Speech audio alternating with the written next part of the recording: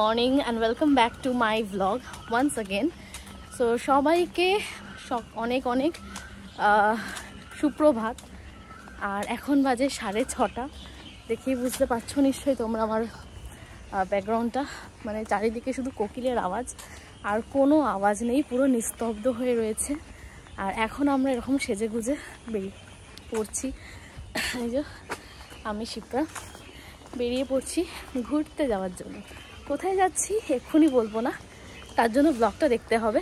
আর তোমরা যারা আমার ব্লগটা দেখো বা দেখছো এখন, প্লিজ একটা লাইক করে দিও আর কমেন্টসটাও করে দিতে পারো।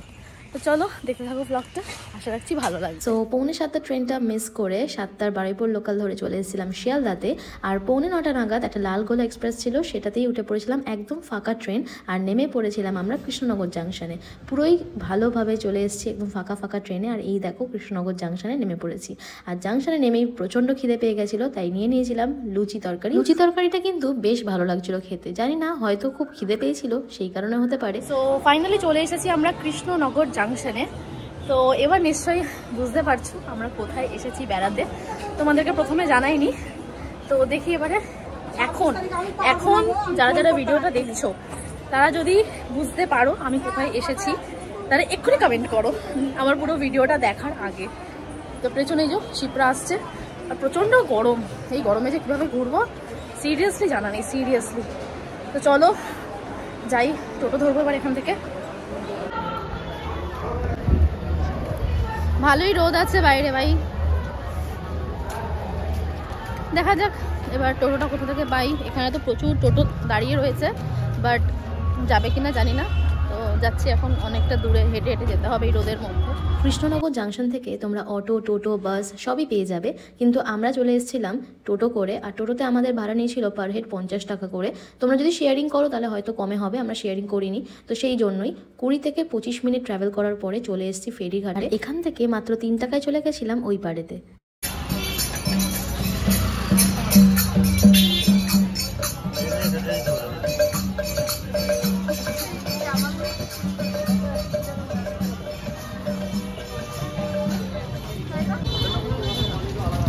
একটু রেস্ট নিয়ে আমরা রেডি হয়ে বেরিয়ে পড়েছি আমাদের গন্তব্যস্থলে মায়াপুর ধামে, মানে ইস্কন মন্দিরে।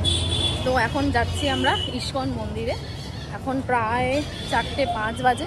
আর শিপ্রা আজকে কুর্তি পরেছে, আমি আজকে শাড়ি পরেছি। মানে অনেক দিনের ইচ্ছা ছিল এইভাবে আমি আসবো ইস্কন মন্দিরে। ফার্স্ট টাইম হয়তো আমি ইস্কনে ঢুকবো, কারণ একবার এসেছিলাম অনেক আগে, তো তখন ঢুকতে পারিনি। তো সেই জন্য এই দেখো পেছনে মন্দিরটা কত সুন্দর, মানে ডিজাইনগুলো খুব সুন্দর। দেখো ইস্কন মন্দিরে যাওয়ার আগে ঠিক এই মন্দিরটা দেখলাম, দারুণ দেখতে কিন্তু চৈতন্য গৌড়ীয়। আর ওই দেখো দূরে দেখা যাচ্ছে ইস্কন মন্দির। আমরা প্রায় 5 থেকে 7 মিনিট দূরে রয়েছি, দেখে যেন মনটা ভরে গেল।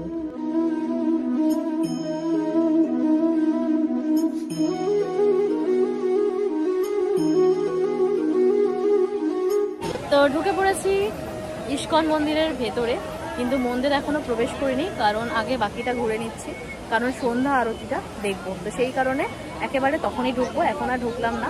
আর পেছনেই আমার রয়েছে একটা অসাধারণ মন্দির, ওখানে এখন উঠিনি, উঠবো। আর যা ভ্যাপসা গরম মাইরি, মানে এরকম যে মার্চ মাসে গরম পড়বে আশা করা যায়নি। মানে চোখ মুখ পুরো লাল আর গরম হয়ে আছে, মানে দেখতেই পাচ্ছ। এই হার্ডলি হয়তো আধ ঘন্টা 45 মিনিট আগে বেরিয়েছি, তার মধ্যে এই অবস্থা। তাই হোক, কিন্তু খুব সুন্দর, অসাধারণ অসাধারণ। ফার্স্ট টাইম মনে হয় ঢুকলাম, ঢুকেই খুব ভালো লেগেছে। আর এখনও তো আসল মন্দির দর্শন বাকি রয়েছে, রাধাকৃষ্ণকে দর্শন করা বাকি রয়েছে। আর প্রচণ্ড ভিড়, ভালো, মানে প্রচুর মানুষ এসেছে ঘুরতে আজকে, যেহেতু কালকে হোলি গেছে, আজকেও দোল বা হোলি আজকেও পালন করা হচ্ছে, সেই জন্য ভালোই মানুষ হয়েছে আজকে। তোমরা ভিড়টা দেখতেই পাচ্ছ, এখন মোটামুটি বাজে 5:30। তো এই আর কি ভিড়। আর আমাকে আজকে কেমন লাগছে অবশ্যই জানিও। সন্ধ্যা হয়ে গেছে আর জাস্ট দেখো লুকটা কি অসাধারণ লাগছে।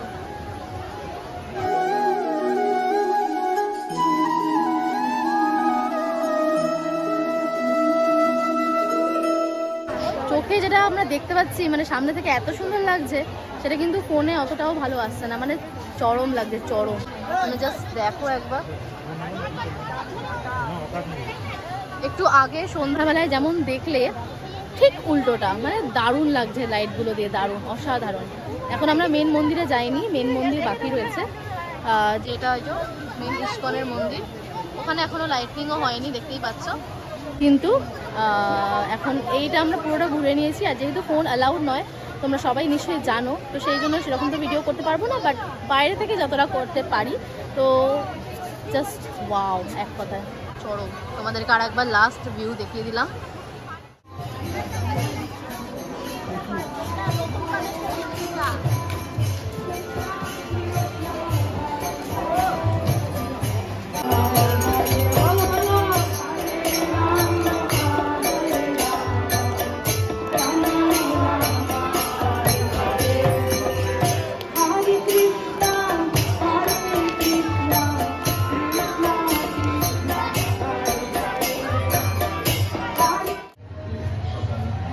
তো এখন আমরা চলে এসেছি এই শ্রী চৈতন্য মহাপ্রভুর সংকীর্ণ পথযাত্রা।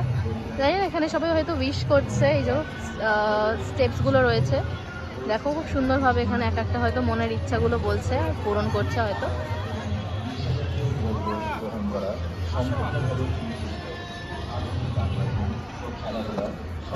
তো আমরা অনেকক্ষণ হয়েছে বেরিয়ে গেছি মন্দির থেকে, আর এখন এই দিকটা একটু টুকটাক ঘুরে বেড়াচ্ছি। বেশ সুন্দর, এত পিসফুল জায়গা না, কিছু বলার নেই। মানে একটা বসলে আলাদা শান্তি পাওয়া যাচ্ছে। তো খুব ভালো লাগছে, খুব মানে এটা ভেবেই মানে হচ্ছে যে এখানে আসলাম একদিনের জন্য, আর বেশিক্ষণ সময়ও হয়তো থাকতে পারলাম না, কালকে চলে যেতে হবে। বাট খুবই সুন্দর জায়গা, আবার যদি জীবনে কোনোদিন সুযোগ পাই অবশ্যই আরেকবার আসবো। কি বলছে সেই জানে। রাধা মাধবকে দেখে মনে আর যে শান্তি পেয়েছি, সত্যি সেটা বলে বোঝানো যাবে না। তারপর রাতে ডিনারটা করে ফেলেছিলাম, নিয়েছিলাম ভেজ বিরিয়ানি, চাউমিন আর ভাত। Welcome back to my channel and সবাইকে সুপ্রভাত, গুড মর্নিং। আর আজকে এখন আমরা রয়েছি মায়াপুরেই, আর আজকে আমরা বেরিয়ে যাচ্ছি। তো রেডি তো হয়ে গেছি, কিন্তু কালকের ব্লগটা আমি আর শেষ করতে পারিনি। সবথেকে ইম্পর্টেন্ট ম্যাটার হচ্ছে আমাদের হোটেলটা অনেকটাই দূরে, তো গেছি অনেকটাই, মানে ধরো 3-4টের দিকে মনে হয় গেছিলাম। আর ওখানে ঘুরে ঘাড়ে পায়ের অবস্থা এত খারাপ হয়ে গেছিলো যে আর আমি ব্লগটা কন্টিনিউ করতে পারিনি, খুব অবস্থা খারাপ হয়ে গেছিলো। আর হোটেলে ফিরতে ফিরতেও কালকে রাত প্রায় 10টা, সাড়ে 10টা হয়ে, না 10টার মধ্যে চলে এসেছিলাম, কারণ এখানে 9:30 নাগাদ সবই আস্তে আস্তে বন্ধ হয়ে যায়। তা যাই হোক, তো কালকে এনি হাউ আর ব্লগটা শেষ করতে পারিনি, তো আজকে ওখান থেকে আবার কন্টিনিউ করছি। এখন আবার যাব তোমার ইস্কনে, কারণ কালকে গোশালাটা দেখা হয়নি, কারণ প্রচণ্ড ভিড় ছিল আর প্রচুর দেরি হয়ে গেছিলো। তো সেই কারণে এখন যাব গোশালা দেখতে আর টুকিটাকি জিনিসপত্র কেনাকাটি করার জন্য। তো চলো যাওয়া যাক, তোমাদের সাথে গোশালাটা পারলে শেয়ার করবো, জানি না কত কী হবে। তো চলো, প্রচণ্ড রোদ বেরিয়েছে, মানে রোদটা দেখেই এখন ভয় লাগছে, কষ্ট হচ্ছে। মানে এই রোদে তো হাঁটতে হবে, কিছু করার না, আজকে বাড়িও ফিরতে হবে, কালকে থেকে আবার স্কুল। তো চলো দেখতে থাকো ব্লগটা। হরে কৃষ্ণ। তো চলে এসেছি মায়াপুরে, আর ঢুকতে না ঢুকতেই কালকে যেমন একজন তিলক কাটতে এসেছিল, বাট আমি আর করিনি আসলে। আর আজকে তো ঢুকতে না ঢুকতেই পরিয়ে দিল, পরিয়ে দিয়ে বললো দাও, টাকা দাও। যাই হোক, শিবরাও পড়েছে। হরে কৃষ্ণ বলে দেয় একটু। হরে কৃষ্ণ। তো চলো গোশালার দিকে যাওয়া যাক, কালকে তো হাফ ঘুরেই গেছি এসে।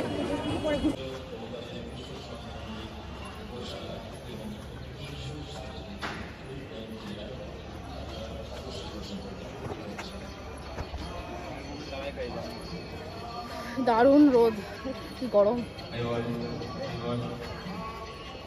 এখনই কত লোক চলে এসেছে এখানে ঘোরার জন্য। গোশালার দিকে যেতেই চোখ পড়লো এই বইয়ের দোকানটার দিকে। অনেক বই রয়েছে এখানে সাজানো। মা বলেছিল একটা গীতা নিয়ে আসার জন্য, তো সেই জন্যই খুঁজছিলাম অনেক দোকানেই। তো ফাইনালি এই দোকান থেকে পেয়ে গেছি। হিন্দি, বাংলা, ইংলিশ সব রকমই এখানে পাওয়া যায়।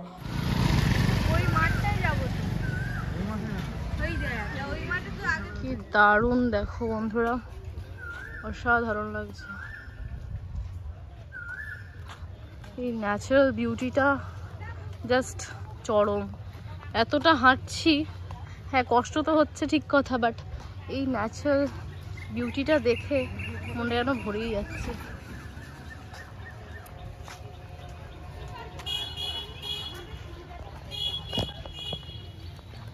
ঘেমে নিয়ে পুরো স্নান, এদিকে খিদেও পেয়েছে, কিন্তু যাই গোশালাটা একেবারে দেখে তারপরে আসবো। চলে এসেছি গৌশালাতে।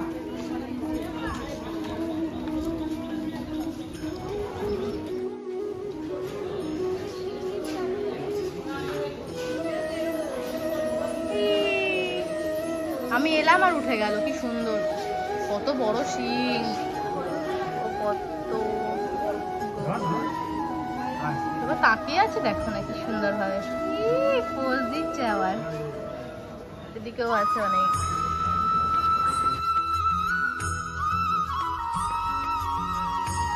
আমরা এখান থেকে নিচ্ছি একটু ঘি, দই ফ্রাই করবো। দেখো ঘোড়ার পুরো খারাপ অবস্থা। ঘি নিচ্ছি 100, মানে এখানে তোমার প্রাইস আছে ঘি 250, তোমার হচ্ছে 180, আর 500 গ্রাম হচ্ছে 360, আর ঘি 1 লিটার হচ্ছে 720, আর 2 লিটার নিলে 1420। আর তোমার মিষ্টি দই আছে 40 টাকা করে, এরকম একটা কাপে করে দিচ্ছে। আর তোমার লাস্সিও আছে, লাস্সি তোমার হচ্ছে 35 এরকম পাওয়া যাচ্ছে। ইস্কনের দই খেয়ে দেখি, দাঁড়াও বলছি। দারুণ দারুণ, লস্যিটা খেয়ে দেখ কেমন লাগছে। তো ফাইনালি 12:30টার সময় আমরা বেরোচ্ছি মন্দির থেকে।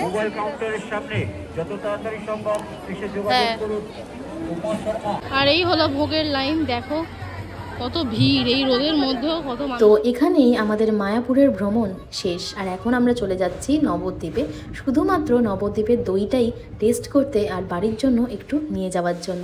ঢুকেই পড়েছি একদম সামনের যে মিষ্টির দোকানটি ছিল, নামটা যদিও আমার মনে নেই এখন, তো সেখানেই ঢুকে দেখে নিয়েছিলাম কী কী মিষ্টি আছে। কিছু মিষ্টি অর্ডার করেছিলাম আর অল্প একটু দই অর্ডার করেছিলাম খাওয়ার জন্য, আর সবশেষে অল্প একটু মিষ্টি আর দই নিয়ে নিয়েছিলাম বাড়ির জন্য। আমার কিন্তু অতটাও দইটা ভালো লাগেনি, জানি না তোমাদের কেমন লেগেছে যারা যারা নবদ্বীপে দই খেয়েছো। তো যাই হোক, আজকে ব্লগটা আমি এখানেই শেষ করছি, দেখা হচ্ছে নেক্সট কোনো ব্লগে। আর কেমন লাগলো ব্লগটা অবশ্যই আমাকে জানিও। টাটা।